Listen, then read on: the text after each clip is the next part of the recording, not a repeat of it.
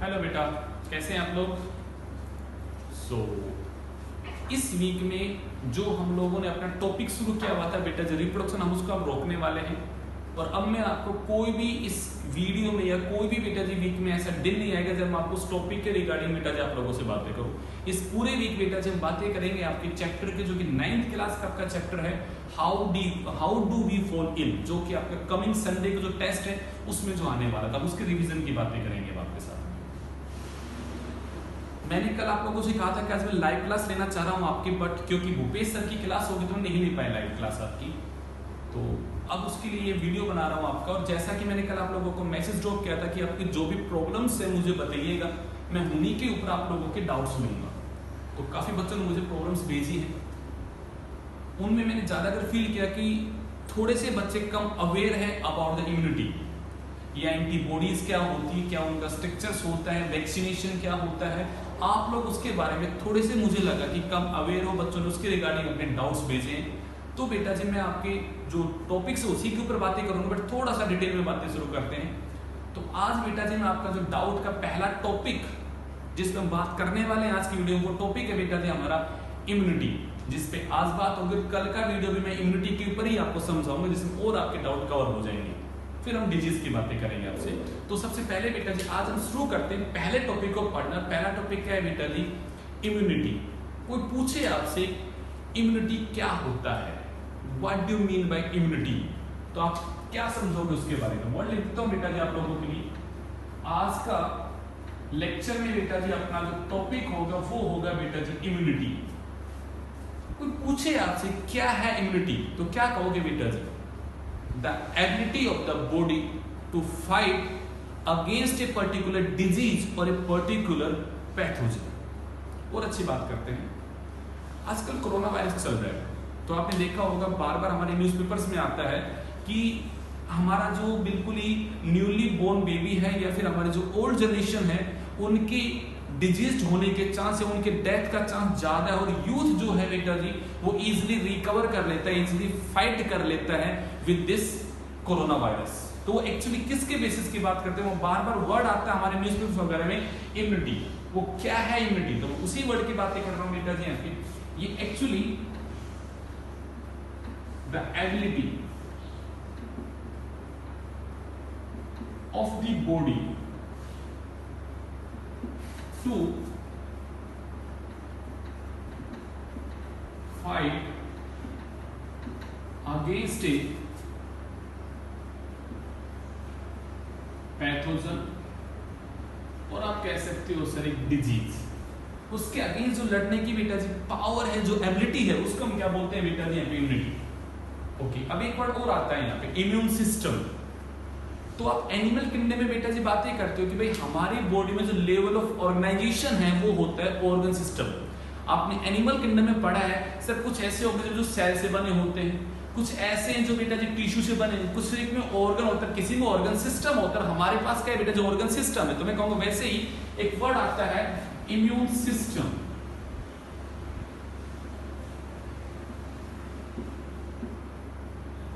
प्रियांशु, केशिका बेटा, रोनित, कोई आपसे पूछे बेटा जी इम्यून सिस्टम क्या होता है, तो क्या कहोगे आप, कहोगे इम्यून सिस्टम क्या है बेटा जी,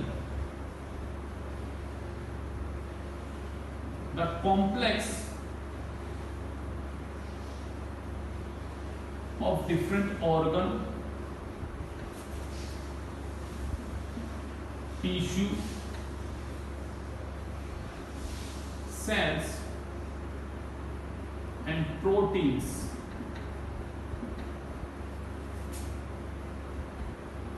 that provide or that help protein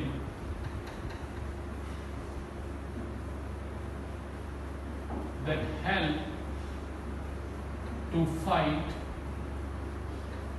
against a pathogen और डिजीज। ये इम्यूनिटी को प्रोवाइड करने वाला जो सिस्टम है वो सिस्टम क्या बन जाता है बेटा जी यहाँ पे, इम्यून सिस्टम। अब कहोगे सर इम्यून सिस्टम में क्या है, तो मैं कहूंगा एक्चुअली ये डिफरेंट टाइप के ऑर्गन्स का मिलके बना है। डिफरेंट टाइप के बेटा जी यहाँ पे टिश्यू हैं और मैं कहूँगा डिफरेंट टाइप के यहाँ पे सेल्स हैं, या मैं कहूँगा कुछ प्रोटीन्स भी हैं जो इसमें इन्वॉल्व है, बट इन सबका मिला के एक ही काम, और क्या काम है बेटा जी यहाँ पे कि ये हेल्प करती हैं to fight against a particular pathogen. क्या करते हैं बेटा जी अगेंस्ट ए पर्टिकुलर पैथोजन से लड़ने की हमें क्षमता देते हैं। मैं कहूँगा ये क्या है बेटा जी इम्यून सिस्टम। ये हो गया हमारे एक बेसिक सा idea introduction about the immune system. But point आता है हमारी बॉडी में इम्यूनिटी जो होती है वो कैसी कैसी होती है। इम्यूनिटी मतलब हमारी बॉडी के पास जो एबिलिटी है टू फाइट अगेंस्ट पैथोजन, वो कैसी एबिलिटी है सर, वो कैसे हमारी हेल्प करती है। पॉइंट आएगा आपके दिमाग में सर ये एबिलिटी कैसी है, कैसे हम एक पैथोजन से लड़ते हैं, कैसी हमारी बॉडी उस पैथोजन से लड़ने के लिए डिफरेंट टाइप के भी है सिस्टम डेवलप करती है, उनके बारे में कुछ बातें करते हैं। तो मैं बातें करूंगा इम्यूनिटी बेटा जी बेसिकली दो प्रकार की होती है। थोड़ा सा इंट्रोडक्शन जानिएगा। एक को हम बोलते हैं बेटा जी यहाँ पे इनेट इम्यूनिटी, एक को बच्चा हम बोलते हैं यहां पे एक्वायर्ड।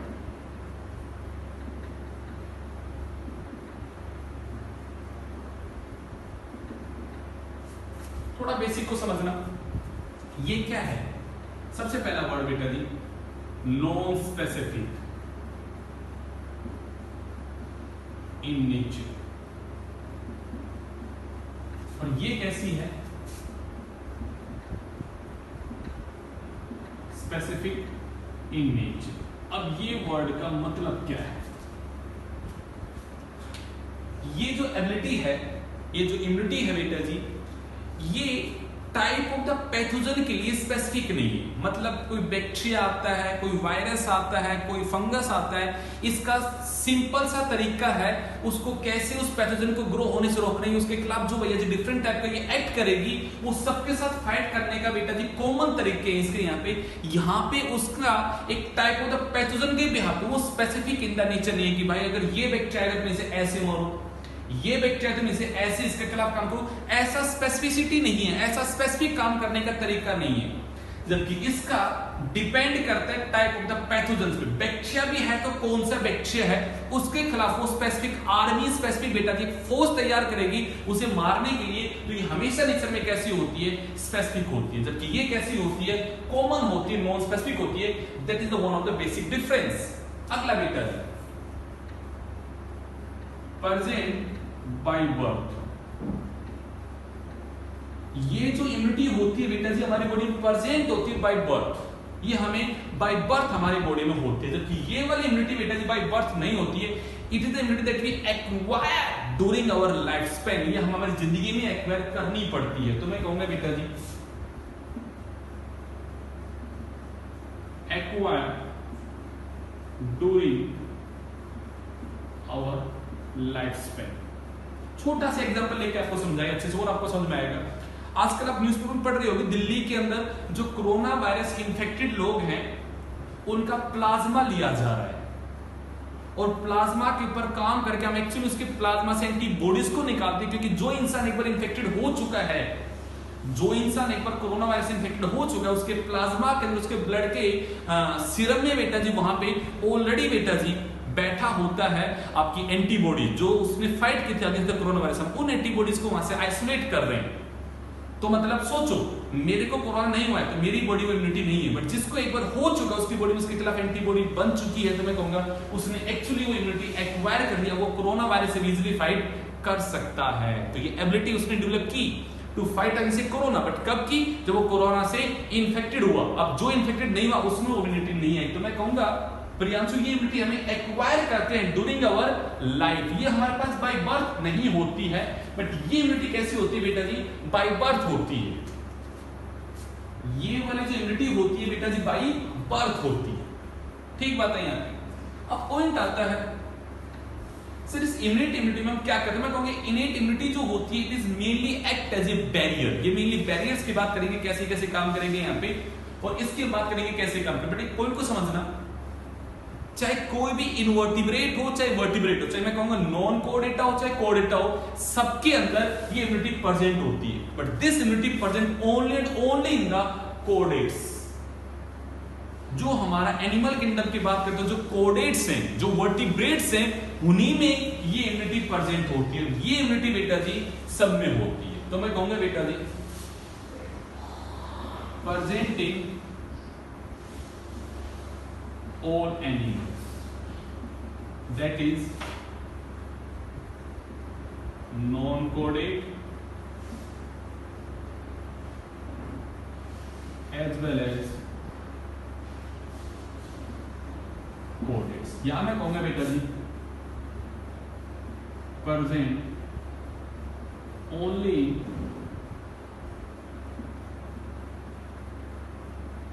vertebrates। ये सिर्फ vertebrates में होती है। क्यों होती है? जब हम शुरू करेंगे इसके बारे में तो आपको और अच्छी नॉलेज मिलेगी इसके बारे में। बट ये मैंने एक बेसिक सा बताया कि इम्यूनिटी दो प्रकार की होती है, या तो इनेट है या फिर वो एक्वायर्ड है। जो बाय बर्थ है वो इनेट है, जो एक्वायर्ड थी वो बेटा जी हमारे ड्यूरिंग द लाइफ वो है एक्वायर्ड। ये नॉन स्पेसिफिक होती है। बड़ा इंपॉर्टेंट पॉइंट है बेटा जी इसके लिए, बड़ा इंपॉर्टेंट सा पॉइंट। ये नॉन स्पेसिफिक होती है जबकि ये वाली स्पेसिफिक इन द नेचर होती है। डिपेंड करती टाइप ऑफ द पैथोजन पे, ये डिपेंड नहीं करती टाइप ऑफ द पैथोजन पे। Common for all the pathogen बेटा जी। तो ये सब एनिमल में होती है, सिर्फ किस में होती है बेटा, जबकि वर्टिब्रेट्स में होती है। तो चलिएगा इसके बारे में बात करते हैं। सर क्या है ये नेट, इसकी और बातें आपके साथ करते हैं, और अच्छी बातें आपके साथ शुरू करते हैं। चीजें और आपको अच्छी समझ में आएंगी, चीजें और क्लियर होंगी आपके दिमाग में। अब मैं बातें करता हूं type of the innate immunity.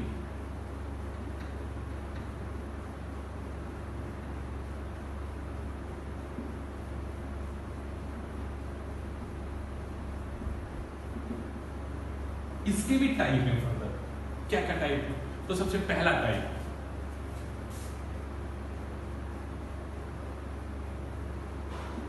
Physical barriers. अब यहां पे पॉइंट को समझो, परम नमन बेटा, पॉइंट को समझो। फिजिकल मनीष सर नाम से क्या इंडिकेट हो रहा है कि सर कोई ऐसी चीज है जो एक बैरियर का काम करती है और पैथोजन को बॉडी में एंटर करने से ही प्रिवेंट करती है। सोचो अगर पैथोजन मेरी बॉडी में एंटर ही ना कर पाए, मैं कुछ ऐसे बैरियर्स बना दूं, मैं कुछ ऐसी चीजें लगा दूं जो बॉडी में पैथोजन को एंटर करने से ही रोके, तो वो क्या बन जाता है बेटा आपका फिजिकल बैरियर। तो मैं कहूंगा क्या है बेटा जी यहां पे, prevent entry of pathogen within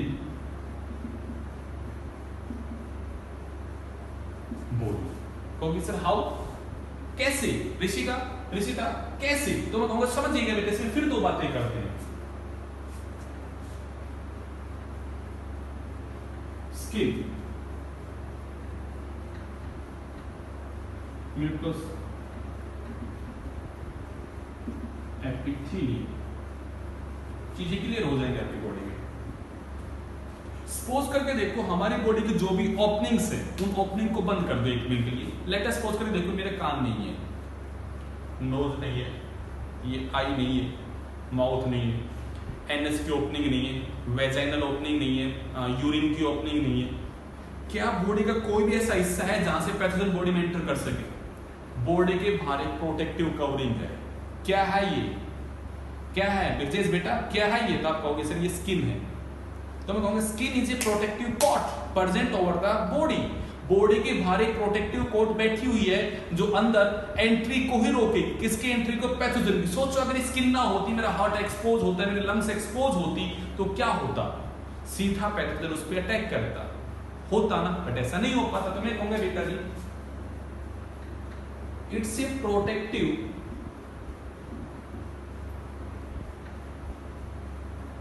covering present over the body। पूरी बॉडी के ऊपर एक प्रोटेक्टिव कवरिंग प्रेजेंट है जिसकी वजह से बेटा जी अंदर पैथोजन नहीं घुस पाता है। अब बातें करते हैं ओपनिंग की। सर ये फिर क्या है? तो अब आप सोचो जो भी हमारे डिफरेंट ट्रैक है, लाइक सपोज कीजिएगा मेरे माउथ से कोई पैथोजन एंटर करता है, बट आपको पता है पूरी एलिमेंट्री कनाल के इनर साइड में आपने पढ़ा है बेटा, जब सोचिएगा ये मेरी एलिमेंट्री कनाल है, आपने ऐसा कहा, सपोज करके देखो सर ये हमारे बकल केविटी थी और इस तरह से सर हमारा फेरिंग्स वगैरह आ गया, ये हमारे ओसोफेगस की पाइप है। सपोज करके देखो किसी का बेटा यहां से हमारा पैथोजन की एंट्री होती है, मनीषा वर्षा यहां से हमारी पैथोजन की एंट्री होती है, बट देखो बेटा जी यहां जो इनरमोस्ट लाइनिंग है वो क्या है बेटा जी, एपिथेलियल की है। एपिथेलियल टिश्यू है जो पूरे बेटा जी इन ट्रैक्स को बेटा जी कवर किए हुए।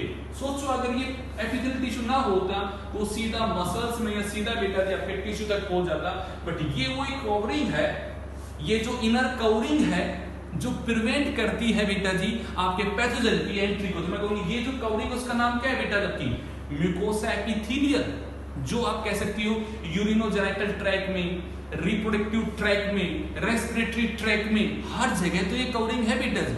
तो अगर हमारी इन ओपनिंग्स को खोल दे तो इन ओपनिंग्स के अंदर से पैथोजन अगर एंट्री करेगा तो भैया जी वो टिश्यू और स्पेसिफिक ऑर्गन में कैसे जाएगा, सबके बाहर एक प्रोटेक्टिव कोट बनी हुई है किसकी बेटा जी, म्यूकोसा एपिथेलियल की। तो मैंने कहा बेटा जी it's a innermost protective covering presenting, भाई यूरिनोजेनिटल ले लो, मतलब आप यूरिन वाली यूरिथ्रल ओपनिंग भी आ गई सर, यहाँ पे वेजाइना भी आ गई, और सर यहाँ पे पेनिस के अंदर से अगर घुसेगा तो वहां भी आ गई। आपने कह दिया सर रेस्पिरेटरी ट्रैक, मतलब रेस्पिरेटरी ट्रैक में जाएगा तो भी भैया इनरमोस्ट कवरिंग बैठी है। आगे आता है बेटा जी हमारा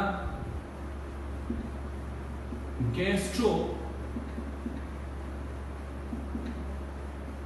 इंटेस्टाइनल ट्रैक्ट, पूरे एलिमेंट्री कैनाल की भी कवरिंग। मैं कहूंगा पैथोजन घुसेगा कैसे अंदर, हर जगह तो हमने बेटा जी यहाँ पे एपिथेलियल की कवरिंग है, बॉडी के बाहर स्किन है तो अंदर बेटा जी एपिथेलियल कवरिंग है जो बेटा जी प्रिवेंट करने से रोकेगी।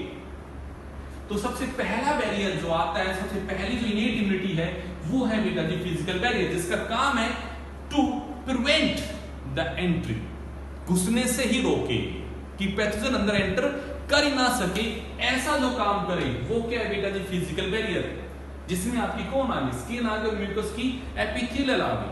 अब नहीं जा पाएगा पैथोजन अंदर। अब आप कहोगे सर फिर जाता तो डिजीज तो होता है, हाँ पैथोजन अपने आप को इवोल्व करता है कि वो इन चीजों से फाइट कर सके, बट हमारी बॉडी में देखो बाय बर्थ हमारे पास ये बैरियर प्रेजेंट है। ये सबसे पहली डिफेंस लाइन है, ये सबसे पहली लाइन है जिसे पैथोजन को क्रॉस करना पड़ेगा। तो सबसे पहला जो लाइन है जो एंट्री को ही रोकती है वो कौन है बेटा जी, फिजिकल बैरियर है। क्लियर होता है आपके दिमाग में। अब अगले पॉइंट पे आता है, सर लेट अस सपोज कीजिएगा उसने इन बैरियर्स को तोड़ दिया, हमारी एपिथेलियल में कहीं पे कोई अल्सर बन रहा था या हमारे स्किन में कोई घाव हो रहा था, कुछ भी ऐसा था कि पैथोजन ने उसके थ्रू एंट्री कर ली। तो अब तो मैं कहूंगा अब यहाँ पे दूसरा फील्ड आ जाती है। दूसरी बैरियर का नाम क्या है बेटा जी, इसी का दूसरा टाइप बेटा जी हमने कही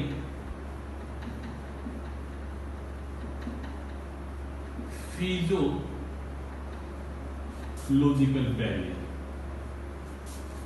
physiological barrier prevent the growth of pathogen within host। अगर गलती से वो होस्ट में घुस भी जाए तो होस्ट की अपनी फिजियोलॉजी ऐसी है, उसकी नॉर्मल कंडीशंस ऐसी हैं जो उसने ऐसी क्रिएट कर रखी है जो उसकी हेल्प करेगी to fight against the pathogen. जैसे कि मैं सबसे पहले बातें करूंगा गैस्ट्रिक पीएच।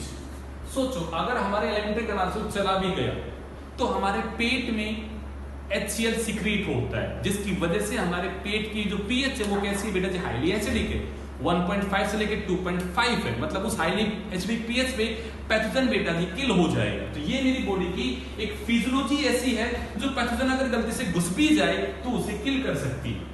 पहला पॉइंट। सेकंड बेटा जी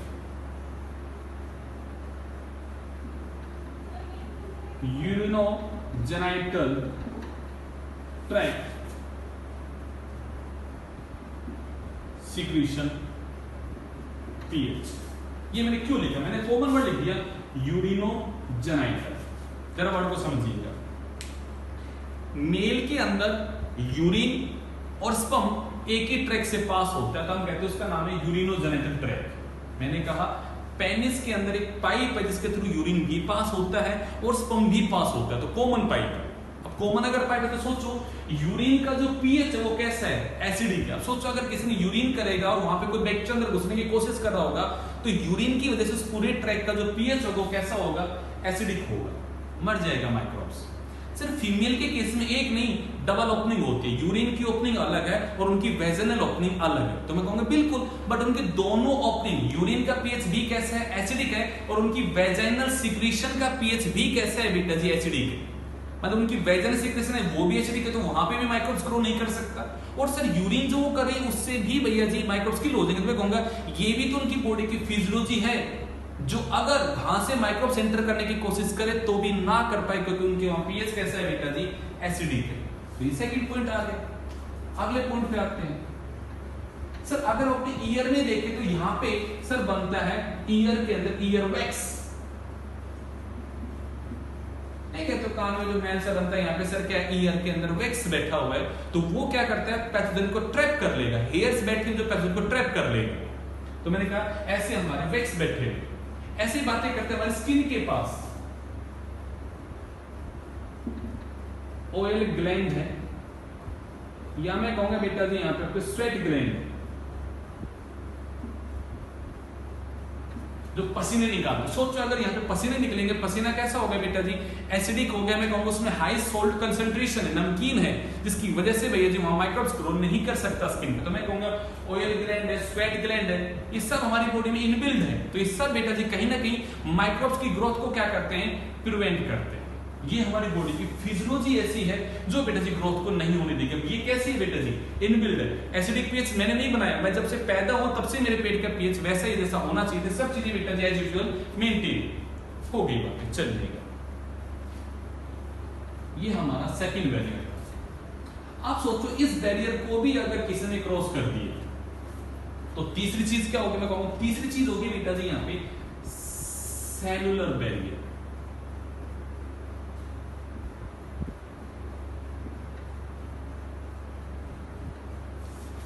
तीसरी डिफेंस लाइन है बेटा जी सेलुलर बैरियर। ये क्या है, अब मैं कहूंगा ऐसी स्पेसिफिक सेल हैं जो किल करती है पैथोजन को। तो मैं कहूंगा स्पेसिफिक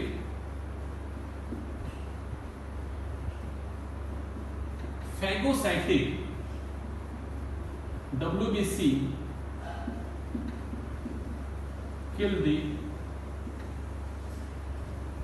पैथोजन। अब सर आपने यहां देखो स्पेसिफिक वर्ड बोल दिया फैगोसाइटिक सेल, मतलब आपने कहा लाइक हमारी न्यूट्रोफिल। मैंने इसके एक नाम समझाया था आपको बेटा जी, PMNL। ये नाम याद रखना, मैंने आपको ब्लड वाले चैप्टर में पढ़ाया था बेटा जी, पॉलीमॉर्फिक न्यूक्लियर लिम्फोसाइट, ल्यूकोसाइट। क्या नाम है, पॉलीमॉर्फिक न्यूक्लियर ल्यूकोसाइट। एक ऐसी WBC है जिसमें न्यूक्लियस 3 to 5 लोब का होता है, उसके न्यूक्लियस की मॉर्फोलॉजी अलग अलग होती है। मैंने आपको बताया इसके बारे में बेटा जी। तो मैं कहूंगा इसका नाम क्या है, PMNL। ये फैगोसाइटिक है बेटा जी। आप कह सकते हो सर ब्लड में बैठी है मोनोसाइट, ये भी फैगोसाइटिक है। सर हमारे टिश्यू के पास बैठी होती है मैक्रोफाज। ये तीनों बेटा जी कैसे है बेटा जी, यहां पे आपकी फैगोसाइटिक सेल। अब नाम से इंडिकेट हो रहा है ना बेटा, यहाँ ये फैगोसाइटिक सेल। अगर पैथोजन अंदर चला गया, चाहे वो बैक्टीरिया हो, चाहे कोई भी पैथोजन हो, यहाँ पे कोई भी टाइप का बैक्टीरिया हो, यहाँ पे ये उसको क्या करेंगे बेटा जी, अंदर इंगल्फ करके बेटा जी उसका लाइसिस कोज कर दी। तो मैं कहूंगा बेटा जी ये फैगोसाइटिक सेल इन्वॉल्व हो गई। तो मैं कहूंगा ऐसी जो बैरियर बन गया वो क्या है बेटा जी, यहाँ पे सेलुलर बैरियर। क्या नाम बेटा जी, सेलुलर बैरियर। इनका काम क्या है कि अगर वो इन दोनों बैरियर को क्रॉस कर दे तो ये उसे किल करे। याद रखना ये कहलाता है फर्स्ट लाइन ऑफ डिफेंस। इसका नाम है बेटा जी यहाँ पे Bhavesh first line of the defence. इसका नाम है बेटा जी यहाँ पे सेकंड लाइन ऑफ डिफेंस, और इसका नाम होता है बेटा जी यहाँ पे थर्ड लाइन ऑफ डिफेंस। ऐसे 3 लाइन ऑफ डिफेंस है जिनको क्रॉस करना होता है पैथोजन को। ये हमारी एबिलिटी है जो बॉडी में बैठी हुई है बेटा जी यहाँ पे। ये 3 हमारी एबिलिटी होगी। अब एक चौथी और इम्यूनिटी की बात करते हैं आपके साथ में, जो इसी का ही फोर्थ टाइप में आता है, जो आप में से ही डाउट भी पूछा गया है, उसकी बातें कर लेते हैं थोड़ा सा आपके साथ में। फोर्थ है बेटा जी cytokinin barrier.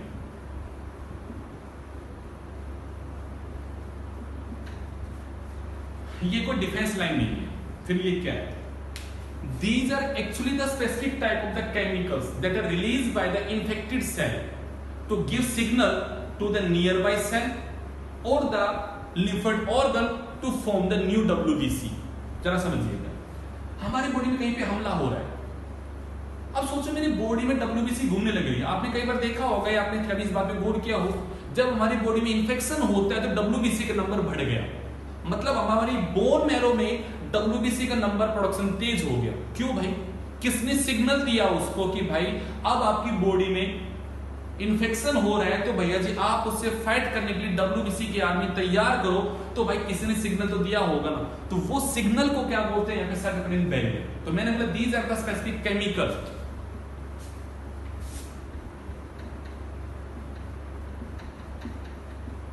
these are specific chemicals or protein that act as chemical messenger। ये किसका काम करते हैं? यहाँ पे केमिकल मैसेंजर का काम करते हैं, और ये मैसेज देते हैं कि भाई कैसा मैसेज है वो डिपेंड करता है। जैसे उन्होंने मैसेज दिया बोन मैरो को कि WBC का नंबर बढ़ाओ, ये अलग अलग। जैसे मैं एक एग्जांपल लेके आपको समझा रहा हूं, यहां पे आपके लिए एग्जांपल मैंने दिया बेटा जी interferon.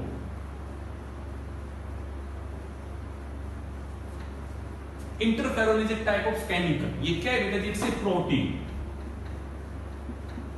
It's a type of protein that is released by virus infected cell। Point को समझना बेटा, अगर किसी सेल पे वायरस ने इंफेक्शन कर दिया तो वो सेल बेटा जी वहां पे केमिकल निकाल, तो उस केमिकल का नाम होता है बेटा जी interferon.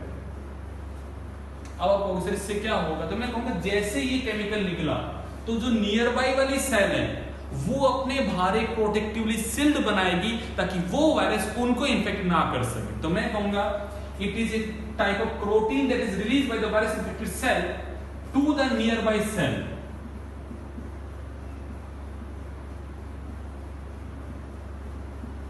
so that nearby cell prevent the entry of virus by forming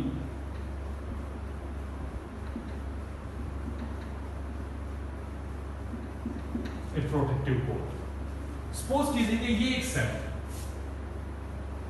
इस सेल पे वायरस ने बेटा से हमला कर दिया। अब मैं कहूंगा ये जो इंफेक्टेड सेल है,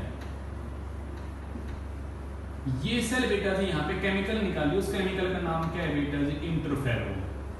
और इस केमिकल की वजह से यहाँ पे जो नियर बाय वाले सेल है उसने अपने बाहर एक ऐसी प्रोटेक्टिवली कोट बना ली ताकि वायरस इस पे इंफेक्शन ना कर सके। तो मैं कहूंगी ये करवाने में हेल्प कौन करता है बेटा जी? यहाँ पे इंटरफेरोन करता है। तो इंटरफेरोन आर द प्रोटीन, और मैं कहूं these are the cytokinin, these are the cytokinin that are released by the virus infected cell। Cancerous cell भी निकालती है, बट हम उसकी बातें बाद में करेंगे। बातें कर रहे हैं यहाँ पे वायरस इंफेक्टेड सेल बेटा जिसको निकालती है ताकि नियर बाई सेल अपने आप को प्रोटेक्ट कर सके, अपने आप को प्रोटेक्ट कर सके कि उनको ऊपर वायरस हमला ना कर सके। अब आप कहोगे सर फिर कोरोना के अंदर ऐसा क्यों नहीं हो रहा? मैं कहूंगा बेटा देखो, ये हमारी बॉडी की नेचुरल इम्यूनिटी है, एक सिस्टम है जिस तरह से हमारी बॉडी काम करती है, बट एक पैथोजन अपने आप को इवोल्व करता है ताकि वो उस इम्यूनिटी को, उस एबिलिटी को इजीली क्रॉस कर सके। अगर ये सारी इम्यूनिटी काम करती है, सोचो अगर फिजिकल बैरियर भी अपना काम प्रॉपरली कर रहा है और वो फिजिकल बैरियर को भी क्रॉस नहीं कर पाता है, किसी बैरियर को अगर वो क्रॉस नहीं कर पाएगा, फिर तो हमारे बॉडी में कभी डिजीज होना ही नहीं चाहिए। तो मतलब एक इवोल्यूशन चलने लग रहा है। हम चाहते हैं, ऐसा सिस्टम डेवलप करना चाहते हैं कि पैथोजन बॉडी में ना घुसे। हम उस इम्यूनिटी की बात कर रहे हैं आपसे, बट पैथोजन अपने आप को ऐसा हाईली अडेप्ट करता है, इन सब चीजों को बेटा जी ओवरकम करता है। मतलब वो सेल को इंटरफेरोन रिलीज नहीं करने देगा, क्योंकि उसे पता है कि अगर सेल इंटरफेरोन निकाल दिया तो सेल अपना खेल खेल जाएगी, फिर मेरा क्या होगा, फिर मैं अपना नंबर कैसे बढ़ाऊंगा, मैं कैसे अपने होस्ट में ग्रो कर पाऊंगा। तो ये एक कंपटीशन है जो चलता रहता है बेटा जी। बट पॉइंट को समझ के देखो क्या समझा रहा हूं, ये हमारे इनबिल्ट फीचर है बेटा जी, ये हमारी एबिलिटी है to fight against the pathogen. इस इम्यूनिटी का नाम क्या है बेटा जी, यहाँ पे इनेट इम्यूनिटी। आपने पूछा था इंटरफेरोन क्या होता है, तो वो बात मैंने आपको समझाई कि इंटरफेरोन क्या होता है, ये आपके डाउट में था बेटा, जो मैंने इसके साथ यहाँ पे कवर कर दिया। चलिए अब उसकी बातें करते हैं, वो बड़ा डिटेल में टॉपिक है बट उसकी बातें करते हैं।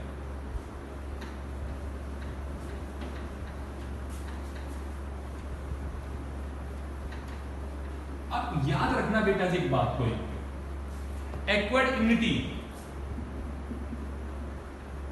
इज ड्यू टू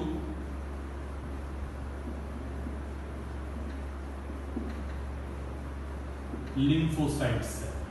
ये क्वेश्चन बन जाता है बेटा जी आप लोगों के लिए पेपर में, which type of WBC involve in providing the acquired immunity. Acquired immunity में कौन सी सेल इन्वॉल्व है, तो याद रखना बेटा जी लिम्फोसाइट। मैंने देखो अभी तक इसका नाम नहीं लिखा था, मैंने मैक्रोफाज लिखा है, मैंने वहां पे मोनोसाइट लिखा है, मैंने न्यूट्रोफिल लिखा है, बट अब बातें कर रहा हूं बेटा जी यहाँ पे लिम्फोसाइट सेल। लिम्फोसाइट सेल बेटा जी आपकी इन्वॉल्व होती है इन प्रोवाइडिंग एक्वायर्ड इम्यूनिटी, सिर्फ ये वाली सेल है जो उसमें इन्वॉल्व होती है बेटा जी। ठीक है, तो इसमें बहुत कुछ है पढ़ने का, बट मैं छोटी छोटी आपको बातें समझाता हूं जो आपके लिए बहुत ही जरूरी है। पहले पॉइंट बेटा हम पहले रेस्पॉन्स को समझते हैं, कई बार इसके क्वेश्चन बन जाता है तो आप लोगों को टैकल करना है। रेस्पॉन्स बेटा जी हमारी बॉडी में दो प्रकार की होती है। पहले रेस्पॉन्स का नाम होता है बेटा जी प्राइमरी रेस्पॉन्स, एक का नाम होता है बेटा जी सेकेंडरी, या एक उसका नाम और याद रखना एनामनेस्टिक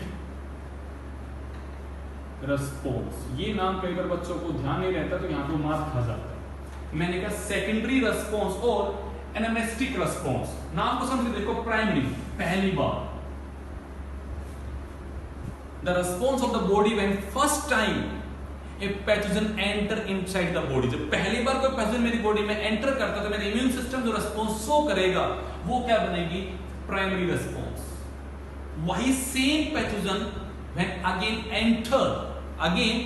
again enter within the body, then the response that is shown by the body is secondary। तो मैंने बोला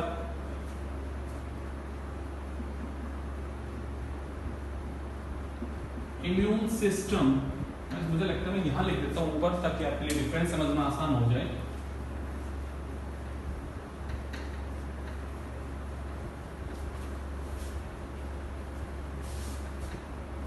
देखिए बेटा मैंने लिखा दो तरह की बातें हुई है यहां पे। प्राइमरी रेस्पॉन्स ये क्या होती है, when first time pathogen enter inside host. पहली बार जब एंटर करेगा, ये रेस्पॉन्स कैसी होती है, स्लो एंड डिले। बड़ी ज्यादा रेस्पॉन्स इम्यूनिटी वहां पे बहुत ज्यादा नहीं बन पाती है, तो मैं कहूंगा बड़ा ही स्लोली एक्ट करती है और बड़ा डिले है एक्शन में, slow and delay in action, काम करने में बड़ा डिले है। तो मैं कहूंगा मेनली बेटा जी सिम्टम्स और डिजीज अपीयर। जब पहली बार पैथोजन जाता है तो डिजीज भी अपीयर हो जाते हैं, सिम्टम्स भी अपीयर होते हैं, डिजीज हो जाता है। ये रेस्पॉन्स कैसी है बेटा जी, प्राइमरी रेस्पॉन्स। अब मैं बात करता हूं बेटा जी यहां पे सेकेंडरी, या उसका नाम होता है एनामनेस्टिक response.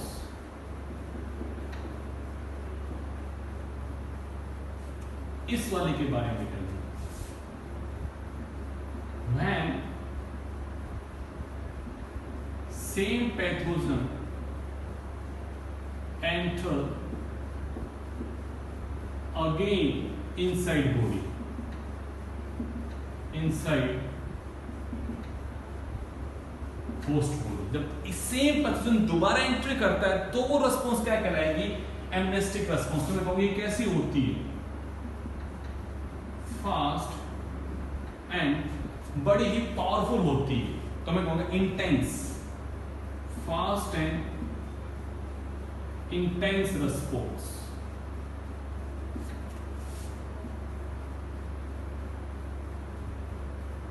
Mainly symptoms or disease do not appear।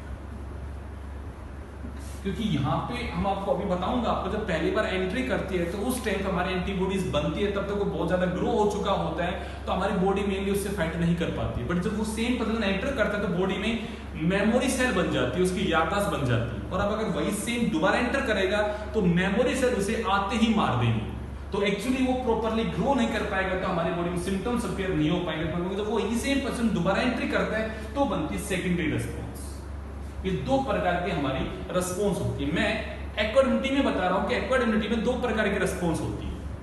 एक्वाड में ही दो प्रकार की रिस्पॉन्स होती है, या तो प्राइमरी या फिर कैसे यहाँ पे सेकेंडरी। चलिएगा मैं और दो बातें आपके साथ कर लेता हूं जो आपको समझनी है। मैं ज्यादा लंबा लेक्चर नहीं करूंगा आप लोगों के लिए, मुझे पता है आप लोग बोर हो जाओगे लंबे लेक्चर में, तो चलिए थोड़ा सा एक बेसिक और मैं आपको समझा देता हूं। इम्यूनिटी एक्वाड की बात करूं, उसमें दो प्रकार की और इम्यूनिटी होती है। एक का नाम होता है बेटा जी सेल मीडिएटेड इम्यूनिटी, एक होती है बेटा जी हुमोरल immunity.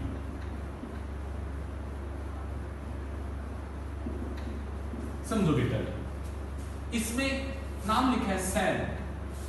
If cells are involve in providing the immunity,